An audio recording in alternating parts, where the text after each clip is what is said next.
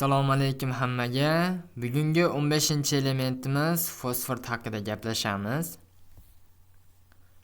Fosfor yunoncha fosforos, yorug'lik tashuvchi degan ma'noni anglatadi. Atom raqami 15 bo'lgan kimyoviy elementdir. Fosfor kimyoviy belgisi P, lotincha nomi phosphorus deb ataladi. 1823-yili Olmon olimi Henrik Brandt tomonidan kashf etilgan.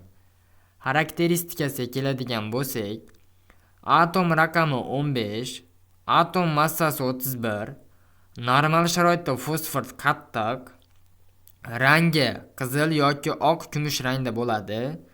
Klassifikatsiyasi metalmas.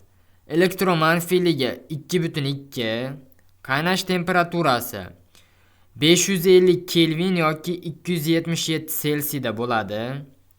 Erish temperaturasi 317,3 Kelvin yoki 44,2 Selsiyda.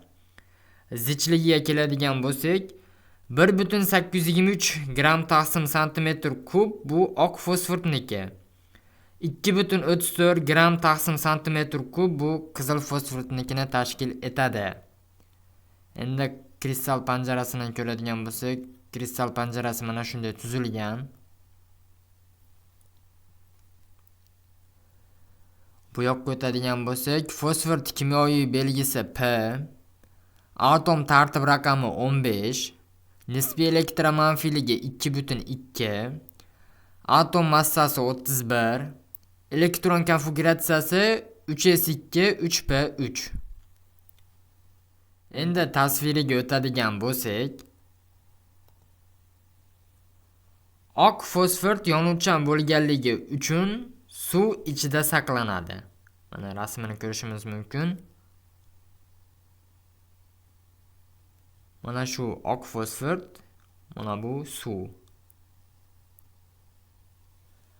Atom tuzilishiga o'tsak, fosforda 15 ta elektron bor, 15 ta elektron harakatlanyapti.